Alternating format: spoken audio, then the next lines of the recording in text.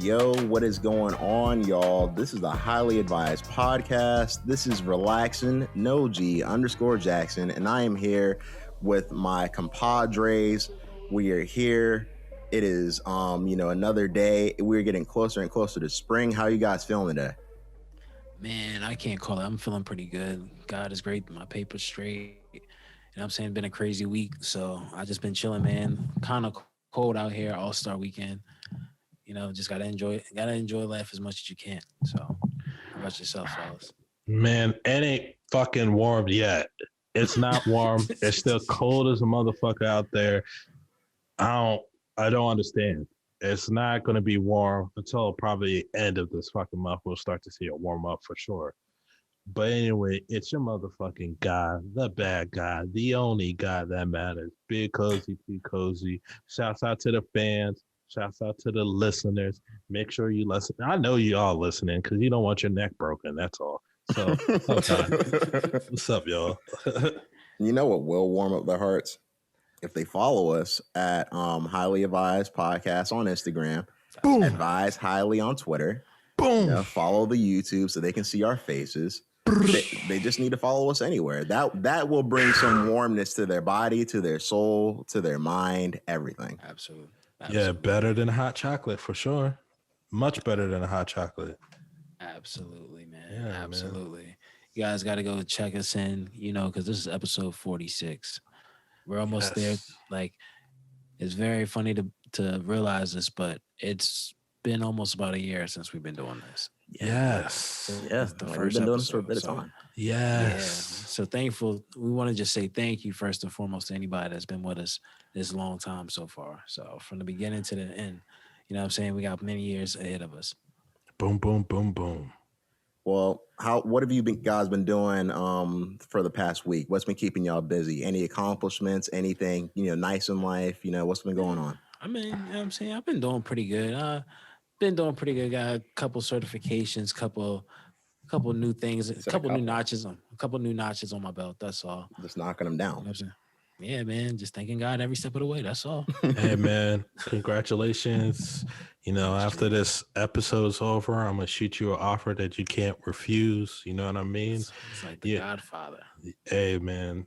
Speak on it, the Godfather is going to, he'll bless you with opportunities you never thought you could attain. So go ahead. Keep your head up. You're doing the right things. We're paying attention. So shouts out to you.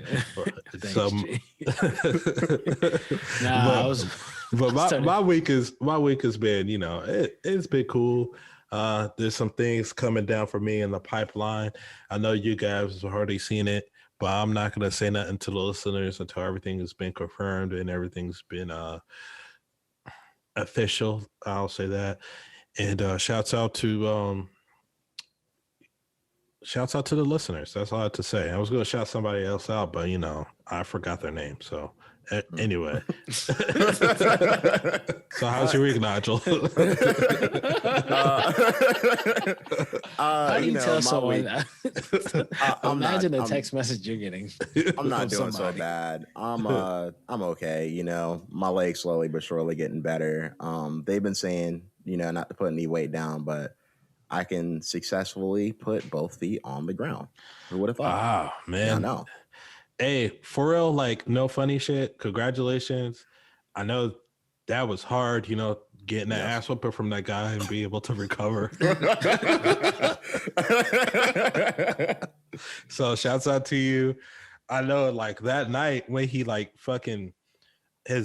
he fell and his leg went behind his back and shit like that, I was like, damn, bro, you need me to come there and help handle the situation? Nah, he already left. So I was like, well, if you need me to take you to the ER or something, but he said, nah, he already had some help. But, kudos to you, bro. Kudos. I'm happy that you was able to, live to tell the tale.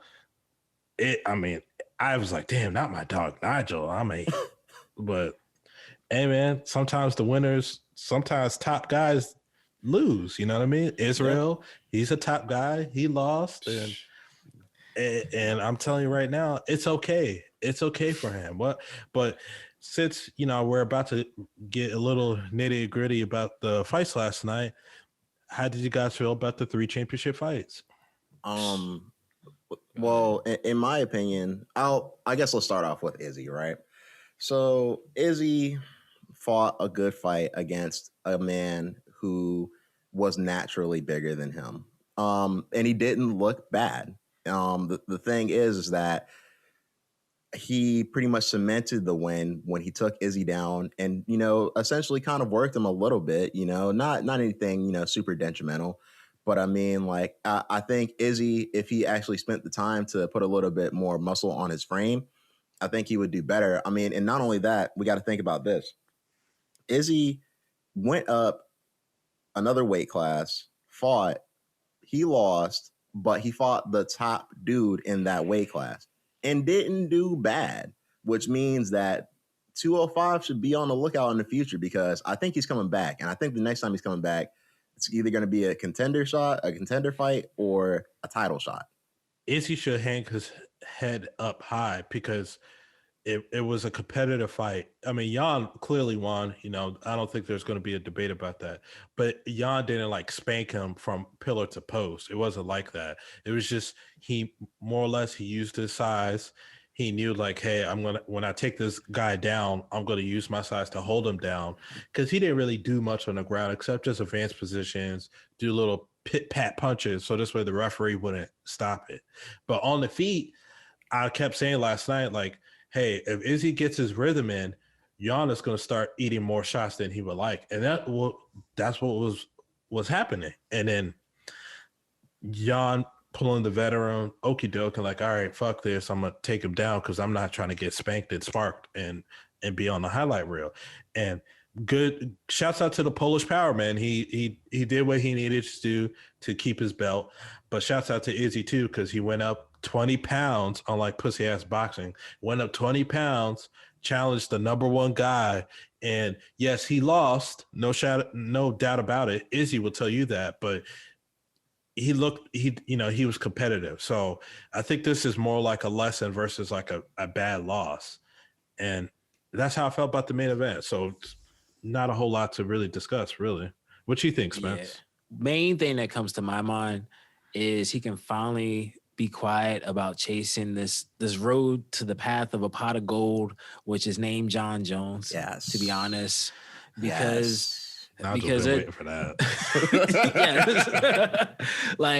Because to me, like I enjoyed the fight. I think Izzy has a chance of being somebody in that division. Possibly, it's a possible chance years down the line. Like I don't see him. I think this is going to light the spark to make him really go back through his division and clear house, and even just trying to find a way of pushing himself as much as he can to be as dominant, to say, okay, I need to leave and go somewhere else, right?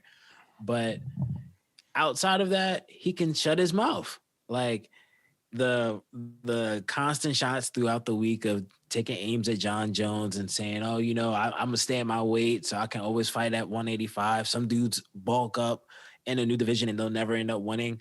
It's like, you can be quiet because you bumped up 20 pounds, similar to John, what he's doing in the heavyweight division. So I don't know. I think it was like a very good day to see. I wanted him to win. I did want Izzy to win, but it was kind of as a John Jones fan, it was like a glorious day to see. If you can't get through this guy too easily, you're going to have a hard day with someone like John Jones, who's going to just break you down. So that was my main opinion when it came to that fight, especially.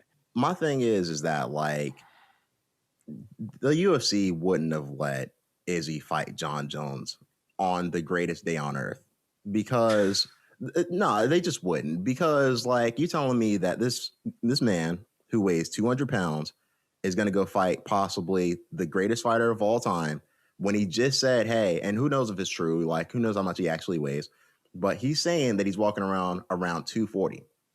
You're telling me that this man who is the champion at 185, is going to fight somebody who could be possibly walking around 60 pounds, or 60 to 40 pounds higher than him. Nah, that they wouldn't let that happen. Not even for the most money. I don't think so. If Izzy won last night, they were going to push that. They weren't going to be like, Izzy, you got to defend the light heavyweight belt. No. Hey, Izzy, good job. You're the light heavyweight champion. Can you drop the middleweight belt? Because we don't want you to fight a middleweight no more. And we're going to set up this John fight in December. That's exactly what they were going to do. But in a sense, it was a blessing in disguise for Isreal to let him know, like, hey, he's going to have to increase his frame when he's taking on bigger opponents. Because if you're fighting a guy who's, hey, he's bigger and stronger than somebody who's what you're used to fighting and what you're used to going against, then it's like, all right, you have to go in the lab and put some muscle mass on and deal with people who fight at that size more often than not. Technique goes out the window sometimes when you're fighting somebody who's a lot larger than you, and they're a trained professional as well, right? We're not talking about some bum on the fucking street. Israel smoked the guy, but since he fought, like you guys mentioned, the champion who's 20 pounds above you, hey, technique might not work because that other guy got some technique as well, which showed last night in the fight. I can even attest to that. Like in high school, I used to wrestle. And I remember I had a match with a guy one time where I technically, and I wasn't the best or anything, but like I was technically better than this guy when it came to like how to wrestle, right? But he was stronger than me. So at some point it's like he realized like, oh, I can just use my strength. If at that moment it was just, hey, I got to use my strength. So it's like, and even I've been in the same situation on the other end where someone's smaller and it's, okay, we're practicing. It's like, okay, well, I'm tired of being technical with you right now. I'm going to just use my weight. So it's like, at some point, there's a reason why people that are fighting at that weight class aren't just barely making that weight. Like, the only time you have those anomalies is someone like Deontay Wilder. And that's a whole nother conversation, just being so light compared to your division. But, yeah. Even Jan had said a few times during the press conference, was saying, hey, like, once Izzy started getting a little tired, I started, utilizing the takedown. Now, that's not to say that when Izzy drops back down to 185, somebody's going to be able to use that exact game plan. That is not the case. Like, you're telling me that essentially, like, these people will have to be right around the same weight, and they're not going to have the strength of a Jan Blachowicz. So it's like anybody at 185 who's thinking about copying that little that game plan, stop immediately. Like, I'm honestly I don't think Izzy's gonna lose. Whoever he fights against at 185, I think he beats them handedly. For Izzy to lose at 185 for right now, does not look very feasible for a lot of people. They have to be like Habib level grappling, where they could shut down the striking. Other than that, it shows that Izzy's good enough to stop takedowns, at middleweight. And obviously he's the best striker at middleweight. So it's going to take hell of a lot for someone to beat him down there at 185. But at light heavyweight, obviously, like, hey, look, we really just need to oppose our size and will. And, we could definitely hold the dude down enough to score points and win the round and hopefully the fight. But I don't think the main event fight was a great fight. I don't think it was a barn burner as such. But what I will say, it really showed a lot, and it was a good technical fight. And just that's how sometimes it goes when you have overhyped events like this. What did you guys think about the co-main event with Amanda Nunes, washing Megan Anderson and making Megan Anderson hug her baby after? As a sign of respect. Amanda Nunes she's like a Dawn. She disciplined the person that was coming at her, and she was like, hey, I'll make it up to you, but you need to pay your respects to my newborn daughter. And that's what Megan Anderson exactly did. Oh, wow. Went and hugged her and everything. Yeah, she ringed her ass out and made her hug her daughter. Like, I've never seen no shit like that ever, man. Megan Anderson looked like she didn't know what was going on. Her eyes were so wide, getting punched in the face on the ground. She just looked like she got hit with like, a tornado, or just got like some whirlwind came in and just fucked up her room. Like, she was like, what is going on? Like, for all of the 2 minutes that she was in that fight, she was losing. So it's like, what else do we really have to say? We knew that she was going to get beat. We said, hey, whatever Amanda Nunes wants to do, she's going to do that. And that's exactly what she did. And she's going to keep on doing it until she wants to stop. Yeah, that's a fact. That's a fact. I peeped the Frank reference too. But there was nothing that she could do. There's a reason why Amanda Nunes is considered the greatest women's fighter of all time. And exactly. And it's the fact that she's called the lioness because she literally plays with her prey. Like, it's it's very reminiscent of those days where you would hear about Mike Tyson, right? And hear about how, oh yeah, you go in, you don't even know if you're going to be able to see him. If you leave to go to the bathroom, you might miss the whole 20 seconds, which was the whole fight.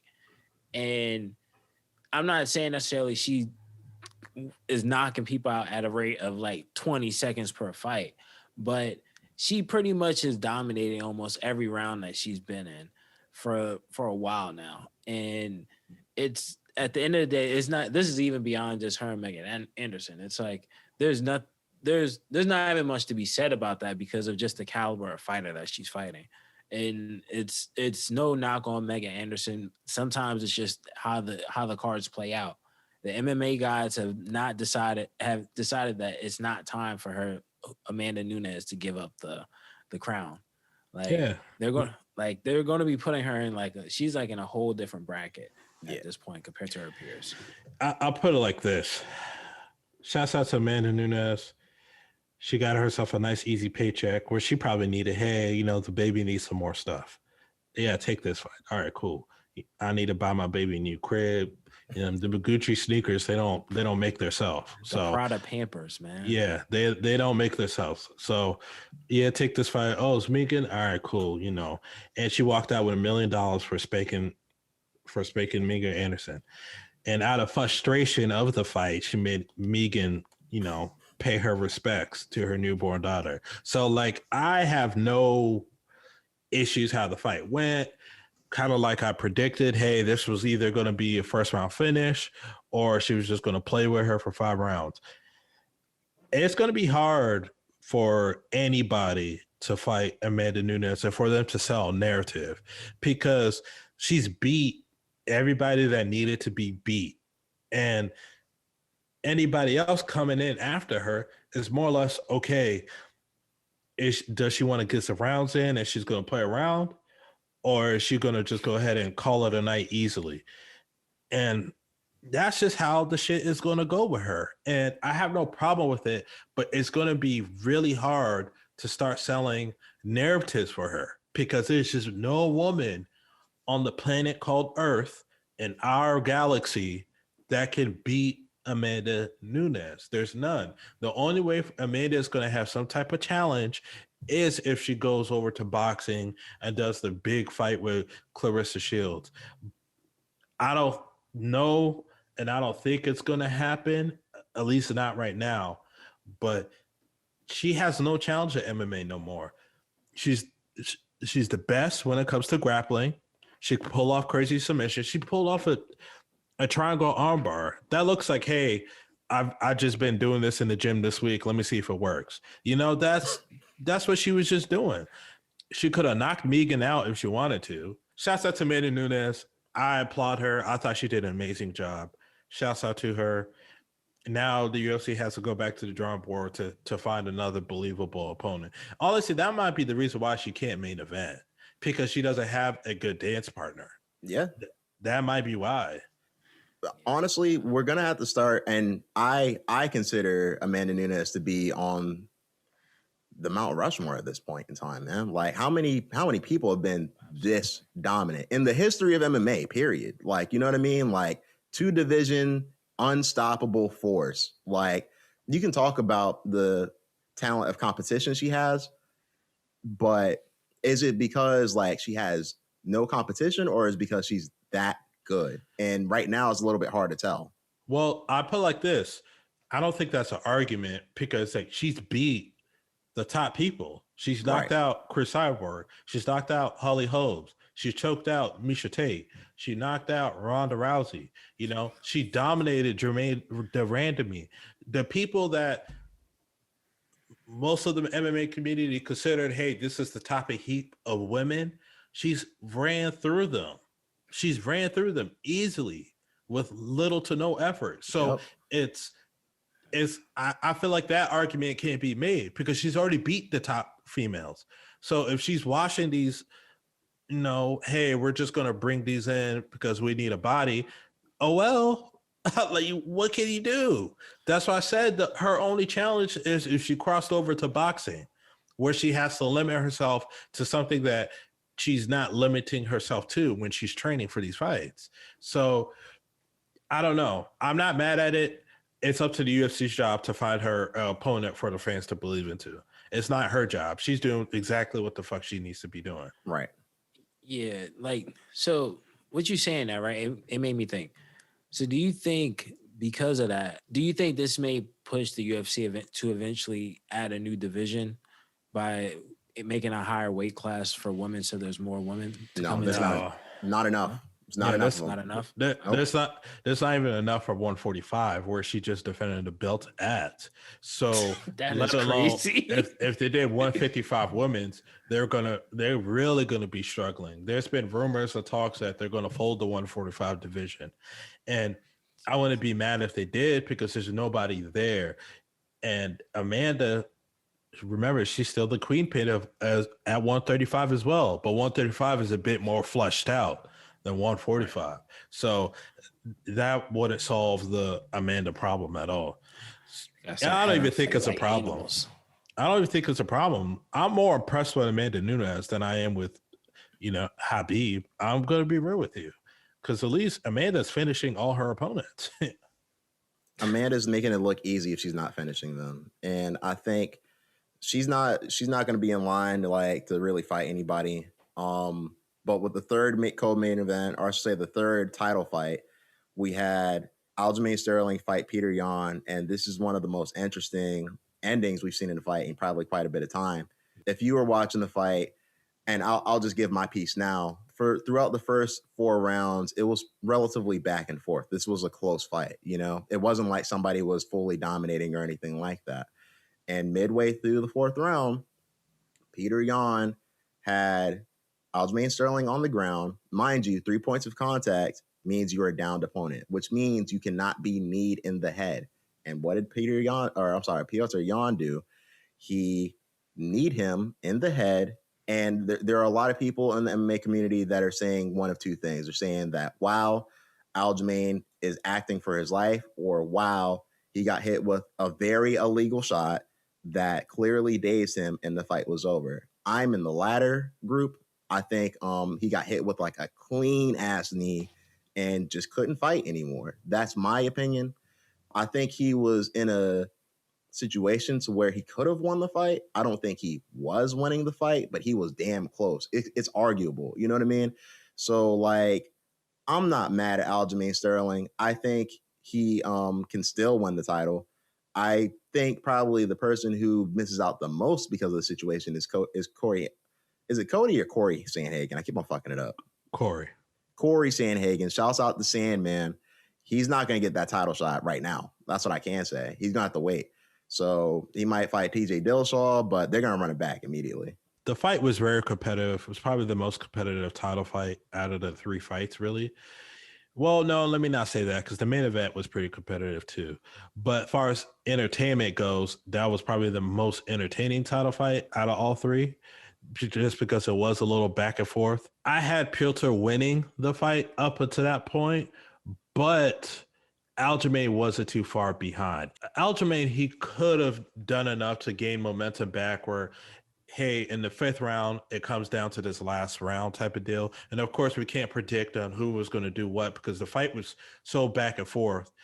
But what I will say is I had Petr given, I had him edging the fight up until that point. I agree with you, Nigel, that and the many others that he got cracked with a big ass knee.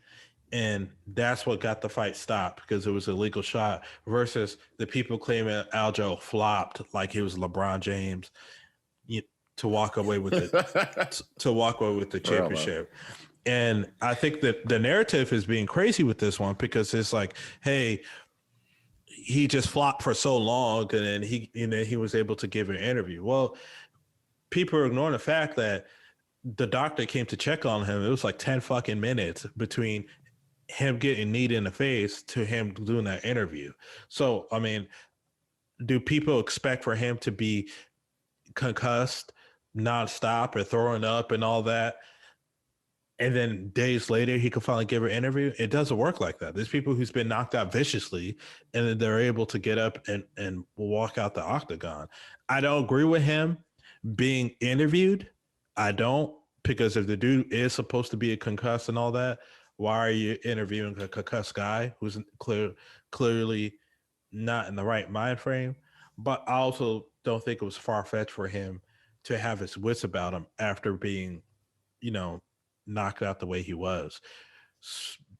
I have no problem with the title change because that's what the rules say. The rules say, hey, disqualification, you must give up the belt. Hey, it is what it is. That's what the rules say. But I agree with the masses that this fight needs to. This is immediate rematch title fight. It seemed like it was a competitive fight at some point, but I do feel as though like Jan was breaking his way to win the fight. Like an injury, like something like that. When you watch it, it looks like something out of Mortal Kombat to some extent. The way like he just flings back, right? I can understand someone saying a flop, but it's not like they rehearsed that. That's the only way that could be a flop if they rehearse something like that, which I highly doubt.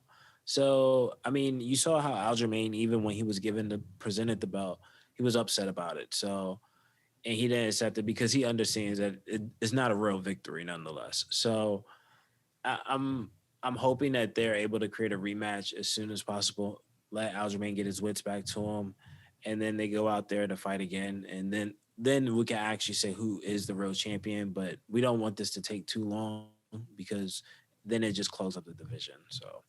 Yeah. What I will say, just to kind of end this off is that Aljamain Sterling, if you were watching the fight, he started off very good in the first and then started to really gas. At least it appeared that he was gassed in the third and fourth.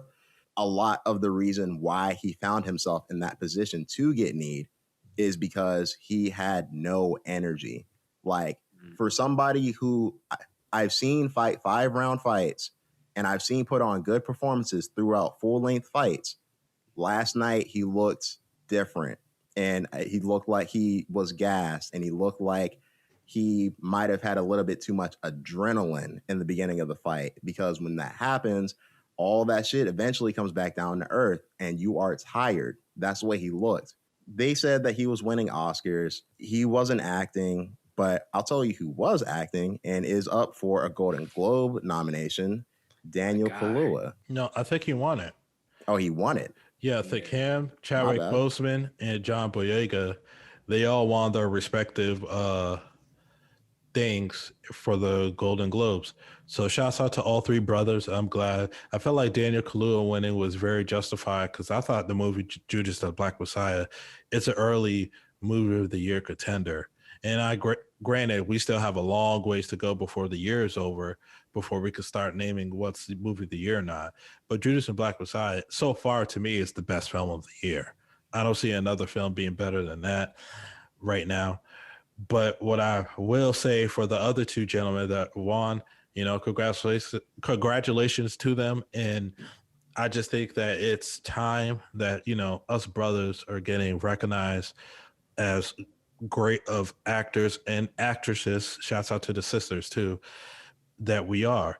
And I feel like there's been times in history, and this is public knowledge to all the listeners, where Black people have been passed up for winning and all that stuff just because they were black. And I have no problem if person who's not black that's won. I just want somebody to win because they're the best in that category for that year. That's just how I want it. I remember one year the Oscars where they had La La Land winning the picture of the year, and it was a big mistake that Moonlight won. Now, I never seen La La Land, and I see Moonlight, and I'm not a fan of the Moonlight movie. I just don't like it. But what I will say is that caused some controversy amongst the community, a couple controversies, like, oh, Moonlight only won because it was by black people. Oh, La La Land, it's a white person only film, da-da-da.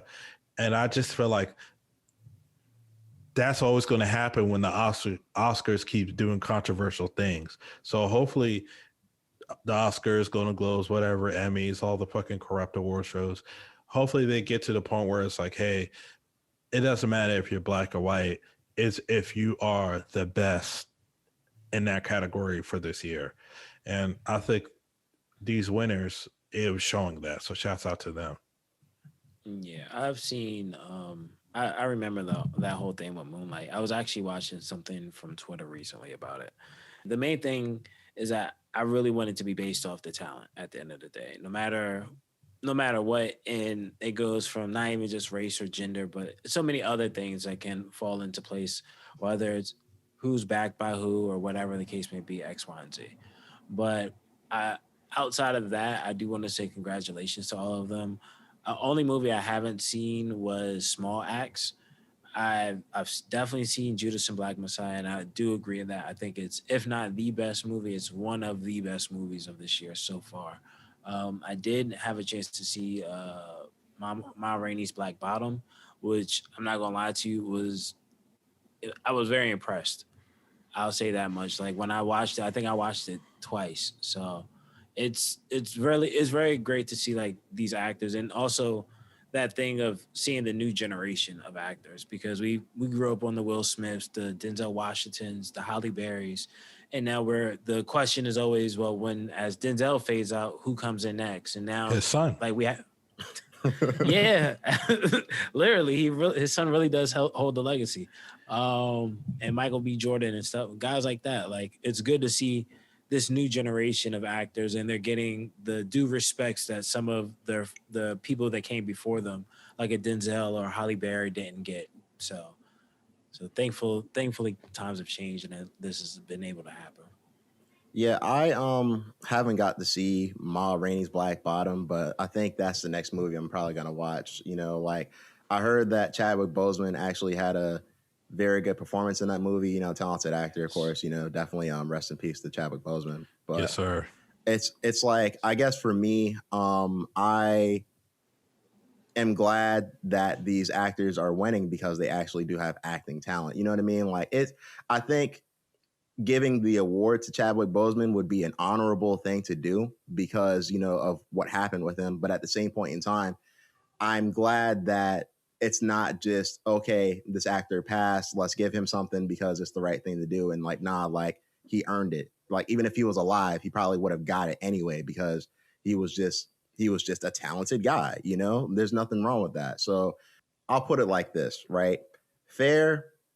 The meaning of fair is like definitely about perception, right? And we all know that definitely fits into award shows, right? So me personally, shouts out to them. I think they're all talented. I think they deserve that, and I'm not mad at it. What I will say about these award shows is it seems like they are heading in the right direction as far as like nominations and people who actually win or whatever. Of course, things are not going to change overnight completely, but they keep heading towards the right direction. We'll see better award shows when we're in our fucking 40s and 50s. Yeah. So, shouts out to the winners again. RP Chadwick Boseman, aka the true Black Panther. And, he'll be missed because he was part of the new generation of legendary Black actors. So shouts out to him. And I have no problem with the winners. But what I will say real quick before we move on to the next topic, guys, is listeners, make sure you tune in and watch WandaVision. It's finished, and just watch it in entirety. That was just a quick plug. All right, that's it. That's You're it. gonna tell them to do that. Make sure they watch Snowfall as well. Well, yeah, I'm watching Snowfall. Well, watch Snowfall as well. That's another quick plug-in. Watch it. No, You can watch it. Snowfall. It's on Hulu. Watch Snowfall first. I mean, you can watch whatever you want. Not everybody wants to be into drugs. So, You know what's crazy is when I saw the trailers for that show when it first came out, I was like, oh shit, they're dealing drugs and shit. That's like The Wire. I was like, yo, I'm there. Yo, The Wire's a good show. Like, I'm not. it look, is. The Wire. it's a good show. It's a great show, yeah. The Wire is a classic show. Like even like this show, my main thing was because it's loosely based off like the real Rick Ross.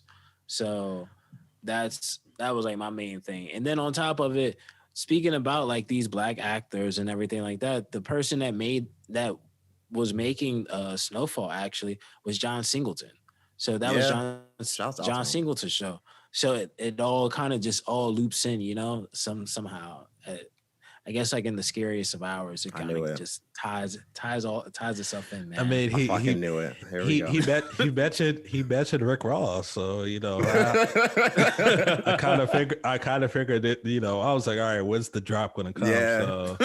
yeah. I always get curious to see how y'all are going to transition to the next topic. Like, I'm always wondering. I'm like, who's going to do it? You know what I mean? So shout out bars, man. Yeah, I guess. Shouts out Shouts out to the number one rapper today, the GOAT today, Drake. The number one rapper today for sure. The Scary Hours 2 EP. It was just 3 songs, and he had the whole world of music talking about it. I've even seen people like Amy Schumer talking about it. So everybody was fucking with it, of course. A lot of people loved the Lemon Pepper freestyle. I've seen some people really hyped on the Lil Baby feature and all that. I think Scary Hours EP, I think this Scary Hours was better than the first one. I agree. And shouts out to Drake, man. He knows how to do it. And apparently the dude's going to sell over 100,000, and one of the songs is going to be number 1 on the Billboard next week, apparently due to projections and shit. That's fucking crazy. That's crazy. You got guys who's putting out full-length projects, you know, heavy auto-tune, and they're only doing 30,000 a week. Then you got this guy, he just announced it 24 hours prior to releasing. Hey, I'm dropping this. Boom, motherfuckers went crazy. So shouts out to him. Shouts out to Rick Ross. Shouts out to Lil Baby. You know, shouts out to the entire OVO sound, because this was just nothing but a positive look for him. I'm not surprised that he's going to sell 100,000. He's fucking Drake, yo. Like, you know, like Drake can spit in the air and that shit's going to sell like quickly. You know what I mean? Like it just is what it is, because he's Drake, you know, like anything that he puts his name on will sell to a certain degree, especially if it's his directly. You know what I mean? This kind of put things more in perspective as to where Drake is now, being that he's been here so long. And it's like, what has it been, about a decade so far? A little bit over a decade since So Far Gone dropped. Yep. I think the thing about when it comes to Scary Hours too is that a lot of people were questioning, is Drake on the fall off, right, of his career? And when this came out, it just showed, nah, nothing's changed. It sounds like Drake is only getting better as a rapper while still keeping like that number 1 spot. At this point, it's like he's only been competing with himself for years now. But Yeah, for real. From hearing this pack, what is to come from him? We're going to get something very special where I'm not gonna say he's gonna do a diamond, but he might be able to sell 500, or like he might be able to sell a cup like 5 million in like the first 2 weeks. Ooh, man! I think he goes platinum, but you know, diamond in the first 2 weeks, that's a lot. I think that is a lot. That's a like whoa. That's a lot. But think about it, 100,000 for a handful of songs. It's Drake. Like, Exactly. It's Drake. Like, Imagine exactly, but imagine when the next album. Okay, I might be a little ambitious with a Diamond, right? I was gonna say Diamond is, man, that's a feat. Yeah, only Eminem and 50 Cent have done that. Like, and those are like breakout albums. So that's a little that's ambitious, but even then, like, I think he could sell. I think he might be able to do at least maybe almost 2. He could possibly do 2 million in a week. I'll give you 2. I'll give you that too. Yeah, for sure. Like 2 million, and that's gonna probably, if he does 2 million in a week, that's gonna probably be his biggest number so far to date. Like, this guy is like, you saw the list. I'm sorry, my bad, bro. My bad. No, I'm so. Go ahead, finish your statement, bro. Because I don't. No. Well, all I was gonna say was, you saw the list where the streams when you take out Drake and Kanye West. Yes. Like, so I didn't see this. Hold on, wait. Y'all got to inform me and the listeners.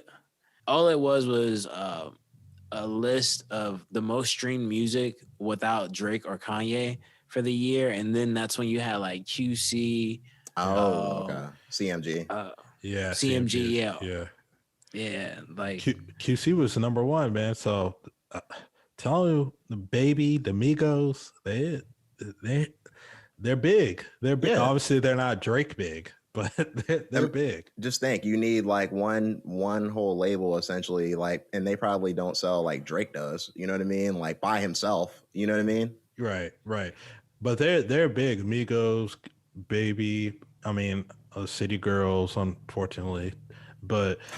Shouts out to the City Girls, man. Broke. You know, you already know how it goes. Listen, man. Listen, you saw Uzi wifed up JT. So, hey, shouts out to Uzi. You know what I mean? If I was in his position, I'd wife up JT too. But yeah, I know. I'm just saying. I'm just showing black.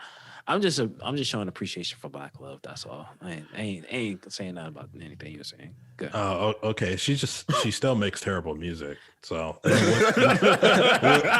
which is what we're talking about. So, she may be a great human being. You could probably kick it with her, watch mad movies, play video games, but her music is just not it. That's why we don't talk about it like that. Yeah, so until you catch you like Rich the Kid, man. Nah. Anyway, go ahead. Anyway, let's just move on. What I was just gonna say about Drake, the only thing, right? I think Drake is the GOAT of today's rap. 100%. Right. He's gonna be amongst the top 10 of greatest rappers of all time. But what stops him from being number 1, like Jay-Z, of like any time period, any generation, is not so much that he could sell, because obviously he's proven with every album going platinum, even a few mixtapes going platinum, is that, hey, does the quality of music equal up to what Jay-Z has done? You know, Certified Lover Boy is a chance for him to enter that argument, because if Certified Lover Boy is a certified classic as far as quality of music, then it's going to be wow. It's kind of like when LeBron won the 4th ring. Hey, is he greater than Jordan? I say no, but that conversation is still there. If the album doesn't deliver, it will be that conversation of like, oh, you could have kept this, or heck, even as far as pushing that conversation of the Drake and Ross project that people want now. Like, it's one of those things where, like, if you don't please the fans and the fans aren't happy, it's just going to be, like you said, it's just going to be a lot of complaints. So I think Drake is going to deliver, and I think he just has a great formula that so far has never let us down as like listeners and fans. But I couldn't imagine him putting out an album and people saying, I don't like this. Like, if the overall response is this is a bad album, I'll put it like this: if that album sounds anything like that first song off of Scary Hours 2, I'm not gonna like it. I'll be honest. I hear you. I'm not. I actually didn't mind that song. I thought that song wasn't that bad, but I agree. Those songs should not make The album. I'll send you the other version of that song. Okay. There's a song called someone put out a leak a while ago. I thought I sent it, but it's called Valentine's Day. Okay. And it's he says the same thing in there, but it sounds a lot slow. The cadence is a lot slower, and it sounds better. So, okay, because I feel like that song was perfect for mixtape vibes, EP shit, but that's not what I want to hear on a fucking classic album. Yeah, I agree with that. I thought, to me, it felt like he was trying to like follow under Playboy Cardi's lane with that type of beat. Yeah, I feel like this, right? Like, and I'll say this, and we can move on. Like, I'll call Drake the number one rapper right now. Like, me and Lau were having a discussion. I think that's common sense, right? If you listen to rap. Right. But what I'll say is that, like, for me, I find it hard to call people in general like GOATs, like, because of what, of course the acronym means, like greatest of all time, right? You know what I mean? So when I think of the greatest of all time for rap, I think about Jay-Z, but I will not deny that Drake is the guy right now. That's a fact. And you can't argue that. Yeah, absolutely. 100%. I agree with you, Nigel. As you said, we already had this conversation. Shouts out to the listeners for getting to this point of the episode, because if you feel like we're wrong in our assessment, leave us a review. That too, but leave us a review, leave a comment, reach out to us and explain to why we may be wrong and why we need to croak over and be 6 feet under and shit like that. Shaking in the grave. Shaking in the grave. Yeah, just leave the door open. That's a lot. Yeah, so just let us know why we're wrong. Open. But right now, what we say stands. The guy, Drake, is numero uno without a doubt. So seeing as that's not the only new music that came out this week, I know that you guys have also heard Leave the Door Open by Silk Sonic, aka Anderson .Paak and Bruno Mars. What did you guys think? Classic. Yeah, it sounds like I listened to it once, and it sounds like we're in store for like the dream project that we thought it would be when we first saw the flyer.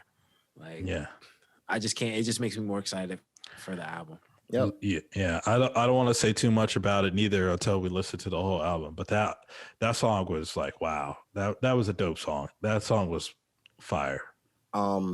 Big fan of Anderson .Paak. I'm curious to see what happens from this album. I think they sound, great together.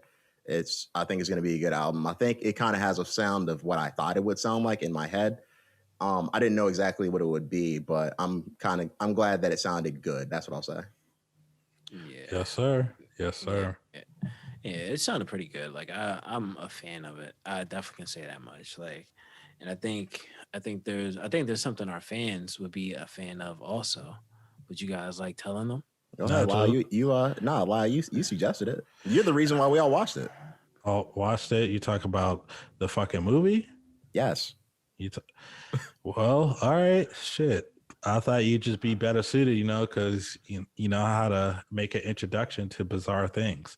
So, but shouts out to Nigel though. So, listeners, as I said before on previous episodes, we like to mix things up sometimes, and this time we're gonna be doing a quick review of potentially a hood movie classic, Conflicted by Griselda and BSF, short for Black Soprano Family. Now, listeners, it's not a secret. All three of us are Griselda fans. We enjoy their music. I've never listened to Benny. We like, we think that they're great, phenomenal rappers, probably some of the best rappers of today. So anyway, they came out with their own in-house movie that looks like, hey, you know how to work a camera, called Conflicted. Now, this movie, without ruining it or whatever like that, is basically, typical hood tale. Guy gets out of jail, trying to stay away from the streets, but he gets pulled back in. Becomes conflicted. Yes. Yeah, there you go. Boom. So I thought the movie was entertaining, and I thought this movie was rewatchable. I'm actually going to talk to my spouse and be like, hey, let's rewatch this. But I can understand why somebody's like, they don't like this movie. I get that. I get that 100%. And I think that this movie should be, when you watch this, watch it with an open mind, of course. Don't expect for this to be an Academy Award or Oscar, whatever it's called. Look at this movie. It's like, hey, we're gonna try to draw ourselves and be entertained. And if you look at it like that, I think you will enjoy it. If you look at it as like, oh, I'm gonna hardcore critique it with a stick up my ass, you're gonna hate it. So, yeah. I mean, I second that by saying like, just watch the movie like you would watch any other movie, like, because like if you're trying to nitpick, like anything you try to nitpick at, you'll be there. So you'll sit there all day. So, but outside of that, my opinion of this movie, honestly, I really loved it. It for me, I think definitely like coming up like when Killer Season by Cameron or Paid in Full came out, where like these were like, or Three Strikes, like these other type of movies from that same genre had came out years before. It gave me it was like a very nostalgic feeling of that type of movies, right? So I was very interested in how the plot would be, because like I just literally went into it like it was a movie. I didn't think hood movie, rap movie, nothing, just like, oh, I'm about to sit here, because it's on Amazon Prime. So it's one of those unique things of where you used to scramble for a DVD, because this would be something you'd be scrambling for a DVD if this was like 15 years ago. Like, This is like one of those movies it's on Amazon Prime. If you have it, you're good and you can watch it. So I watched it, and I was just like, I was just kind of blown away how good it actually was compared to what I think of other movies that are in that same class. Because I just pinned it against like Killer Season a lot when I was watching it, but for the right reasons though. So yeah. I was watching it and I enjoyed the movie quite a bit. It's not, the best movie that's ever been made, but sorry.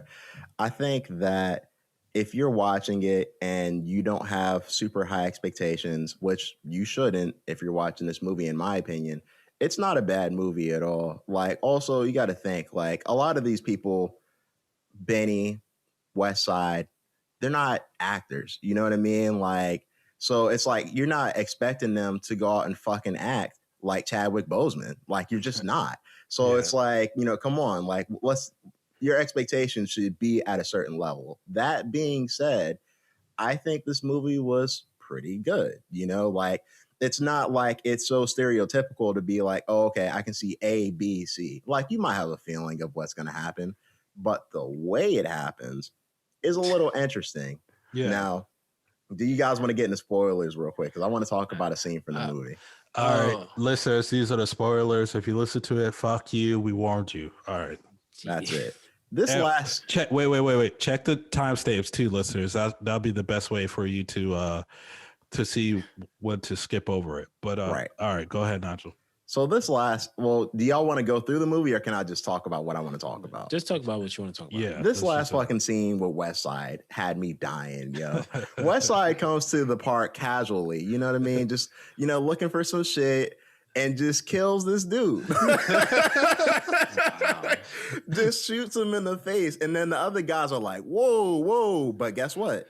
Still buys it. He's like, this shit's good. All right, I'll hit y'all back. Yeah. Hops in the car, hops in the Maybach and leave. Like, you know what I mean? Like, that shit's crazy. That. Yeah, man. Shouts out to the musically inclined art director of the year, because that shit was funny as fuck. It was just, he wrote that scene. Like, He came up writing in his own music. You know what I mean? He was like, yo, this is how we're going to do this scene real quick. All right. Like, it is that scene when he hops out is like, all right, he hops out the car. Boom. Hey, yo, let me get two things. Da-da-da. And it wasn't even like he just shot the guy. He shot him. He was dead. And then he just shot him like 7 more times. Yeah. Like it was personal. Yeah. And then still bought what he came for. And then put got herself back together, and it was like, yo, we ain't got no problems, right? Is there a problem here? Nah. All right, let me try that. He was like, yo, you can take whatever you want, man. You can have whatever you want. Yo, you can take all the weed. I don't even care no more. He was like, oh, all right, this is good. I'm gonna come back and see it. It's like, what? And then it says to be continued. Like, yeah. So Conflicted 2 is coming out, y'all. Like, I'll be watching it. I know. Yes. Like, it is what it is. Honestly, man, I think I would buy this movie off of Amazon Prime because, you know, at some point they're going to take it off and all that because they like to recycle what's free and what's not. But this movie, I think I would buy it. It's only $12.99. Why not keep it in the collection? And, you know, years down the road, hey, you want to watch some Conflicted or something? It's kind of like Killer Season, you know? Hey, I want to laugh, so let's pop something in real quick. So I have no problem with this movie. I think it was good. So far, I'm so entertained about it, and I think that's the job of a movie, to be entertained. Exactly. So shouts out to all Griselda BSF. Shouts out to the local people that they knew, because you could tell some of these guys, hey man, you want to be in a movie. I fuck with that. Yeah. I fuck with it too. Yeah.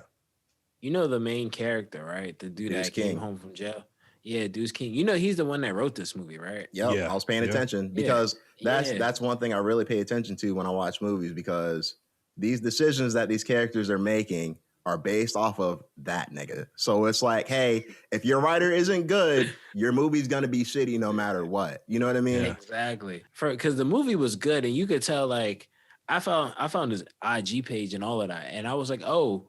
You can tell, like, he showed a picture of, like, him being escorted into the prison before. So, like, you could tell, like, certain decisions, like you said, like, with this character, like, you have to have a good writer because it has to be believable. Exactly. And certain things in the movie were like, I'm not necessarily going to say this is how it would happen, but this feels like a believable scenario. And, like, that's all I had to say. Like, it was a really dope movie, like, for what it was. I got two more things to say, and I'll pass it back to you, Lau. All right. One, Bree, very attractive woman, very toxic. Unfortunate what happened to her. Toxic as fuck. You know what I mean? Like, clearly. Two, you already know that dude's cousin's about to be the main antagonist, and that's all I'll say.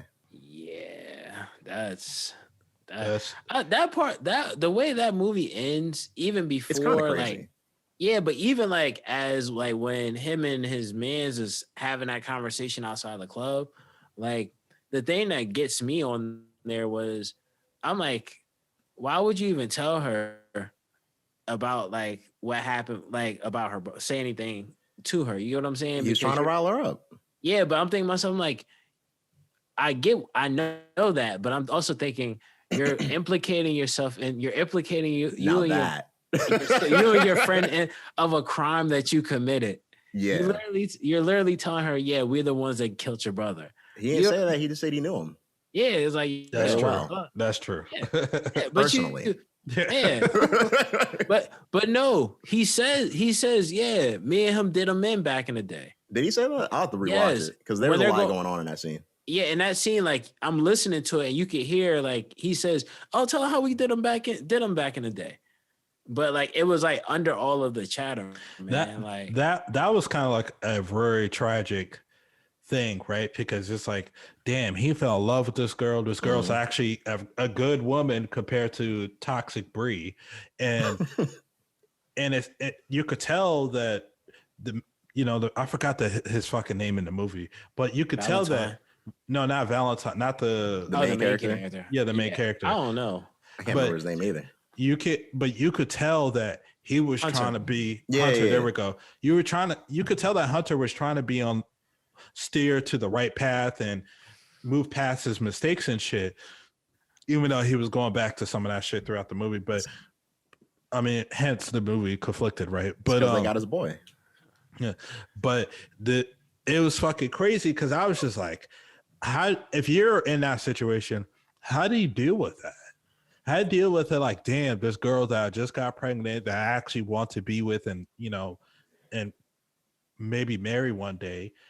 I'm the one that killed her brother from years ago over some street street shit. Crazy. That's fucking crazy. And you know who he was back then, you could tell that's not who he was at the end of the movie. You know, and it was just kind of like that was very tragic. You know what I mean? And I think that's if they really pull the trigger on a sequel, which you know I would like to see a sequel. That's going to be an interesting thing to explore.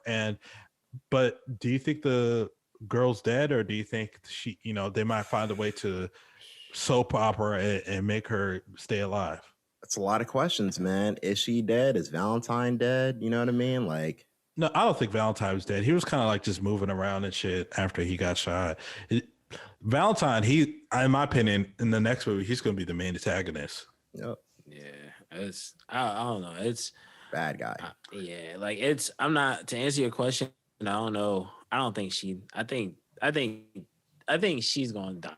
I think she's probably not alive, and I think unfortunately because she's pregnant, the baby probably unfortunately as well. So I think it's going to turn. I think it's going to change the whole thing. Like you said, like the antagonist thing with Hunter and Valentine. Yeah, is going to go to like a whole crazy level. Yep. I have about to take revenge.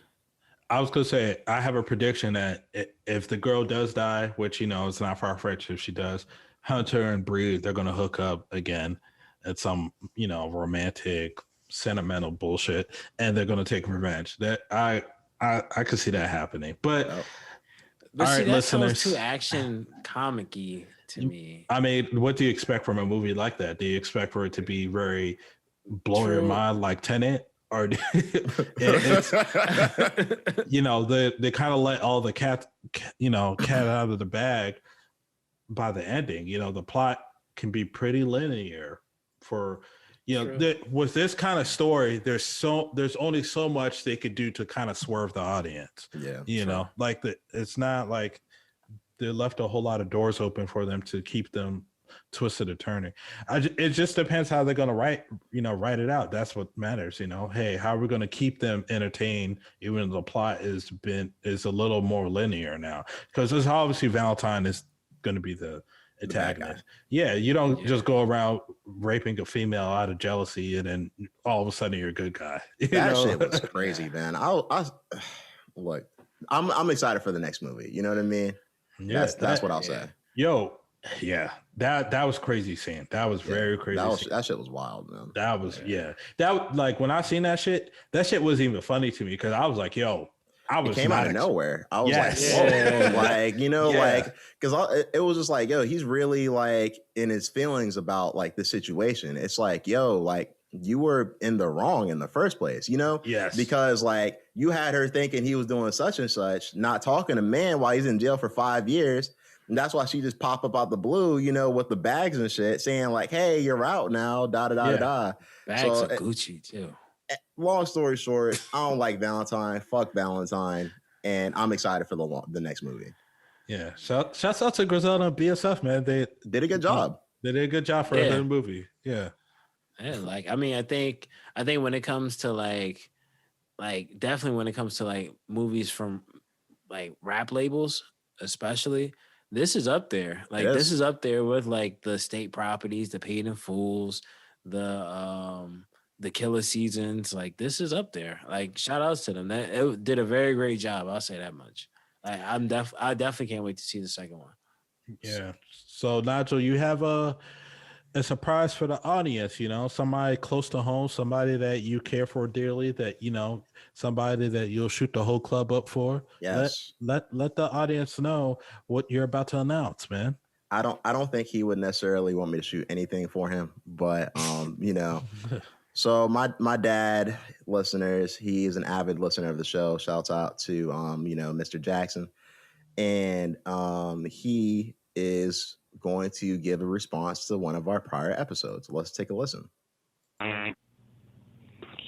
Okay, guys. Nigel keeps forcing me to put this in voice. So I'm gonna give my opinion as far as icon versus legend. Let me start with an icon is great, but is not legendary. In my opinion, an icon is limited and is kind of specific, sometimes short term, and of course, it's only obvious that an icon can eventually turn into a legend, but not all. An icon is great for certain categories, certain people, or certain groups.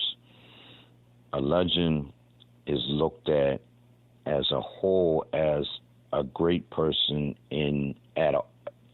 for all time or all people, like Jim Brown, Ali, MJ, Dancing MJ, Michael Jackson, the Stillers, of course, Gretzky, Babe Ruth, Hank Aaron.